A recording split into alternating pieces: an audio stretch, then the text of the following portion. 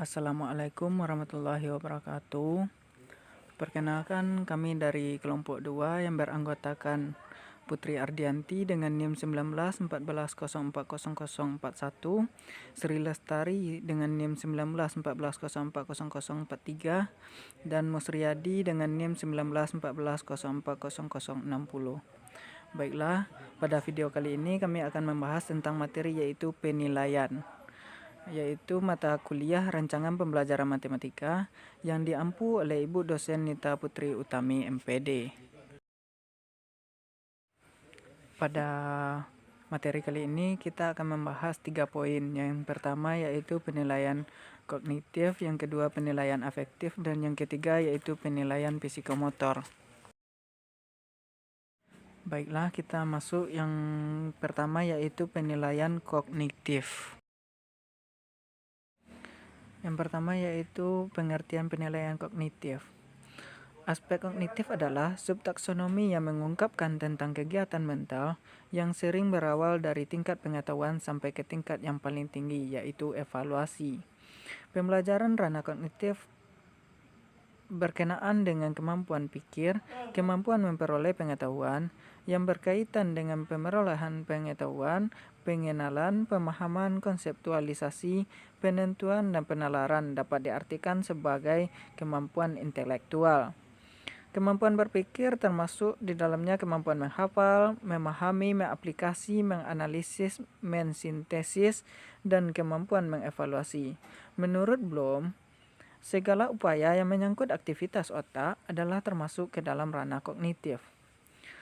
Ranah kognitif berorientasi pada kemampuan intelektual yang lebih sederhana, yaitu mengingat, sampai pada kemampuan memecahkan masalah yang menuntut peserta didik untuk menghubungkan dan menggabungkan beberapa ide, gagasan, metode, atau prosedur yang dipelajari untuk memecahkan masalah tersebut. Selanjutnya yaitu jenjang proses berpikir ranah kognitif. Yang pertama yaitu pengetahuan atau menghafal, mengingat, yaitu C1. Yang kedua yaitu pemahaman atau comprehension, yaitu C2. Yang ketiga yaitu penerapan, application, yaitu C3. Yang keempat analisis, C4.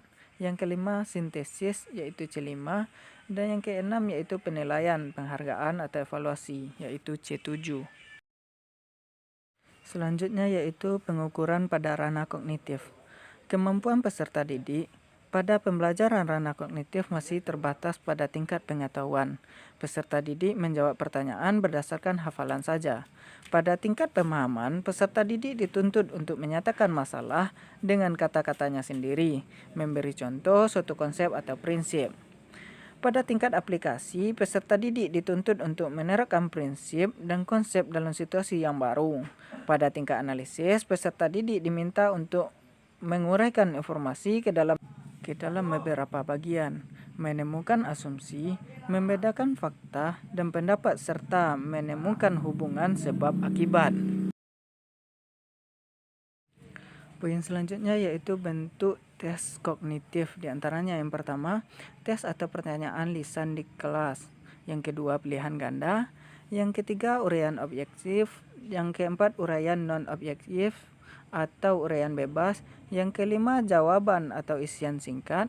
Yang keenam, penjodohan. Dan ketujuh, portofolio. Dan yang kedelapan yaitu performance.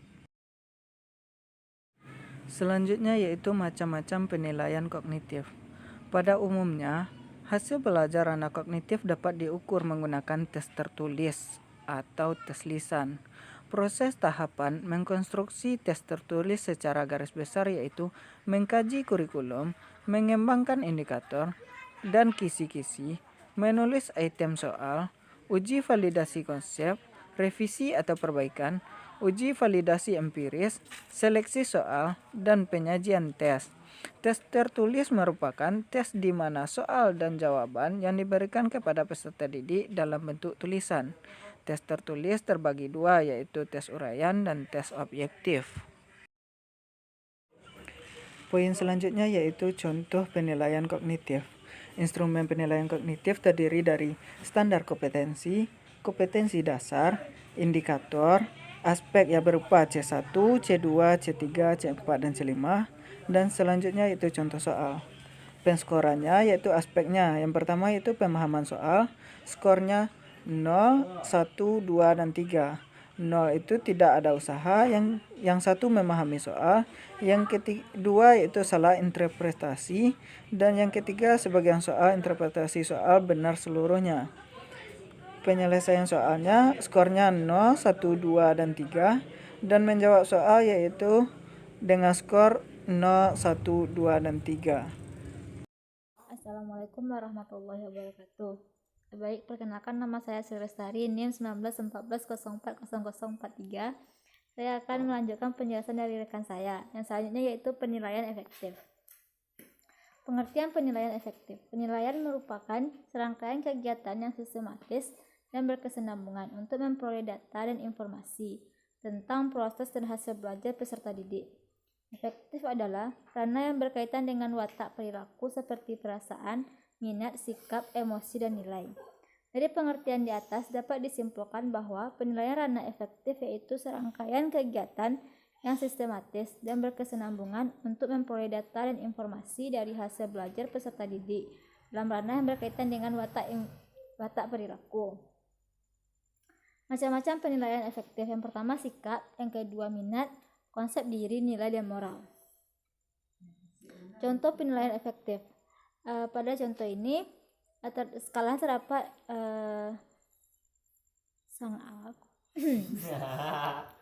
seperti yang terlihat di layar.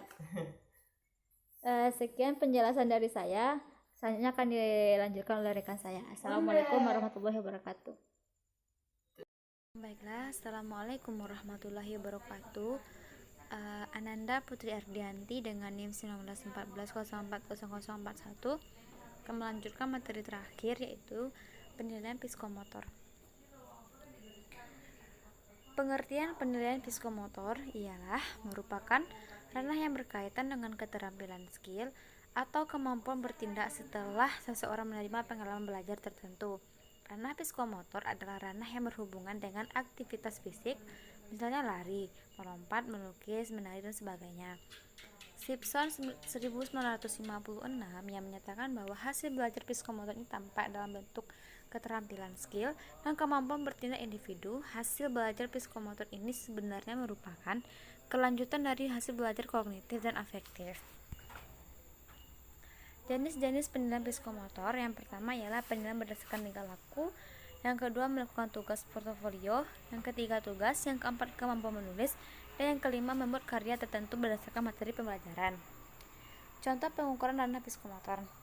Menurut Rian tahun 1980 menjelaskan bahwa keterampilan dapat diukur melalui yang pertama itu pengamatan langsung dan penilaian tingkah laku peserta didik selama proses pembelajaran praktik.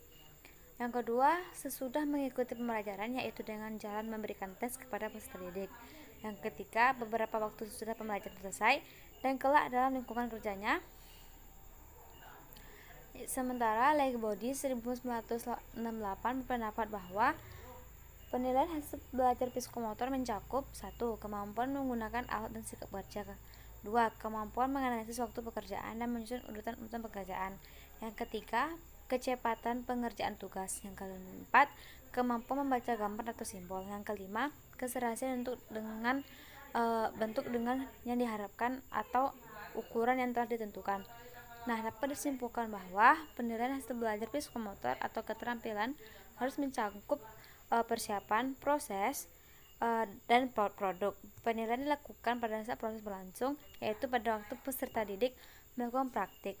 Contoh dari penilaian psikomotor dapat dilihat pada tabel di mana ada instrumen penentu kerja dan yang di mana ada tabel instrumen penilaian serta kriteria penilaian atau skor. Dan instrumen penilaian diskusi seperti pada ada aspek yang dinilai seperti penguasaan materi, menjawab pertanyaan dan lain sebagainya. Dan terakhir ialah instrumen penilaian di mana ada skor 100, 75, 50 dan 25. 100 sangat baik, 75 baik, 50 kurang baik dan Baiklah, hanya sekian materi yang dapat kami sampaikan. Kami akhiri. Assalamualaikum warahmatullahi wabarakatuh.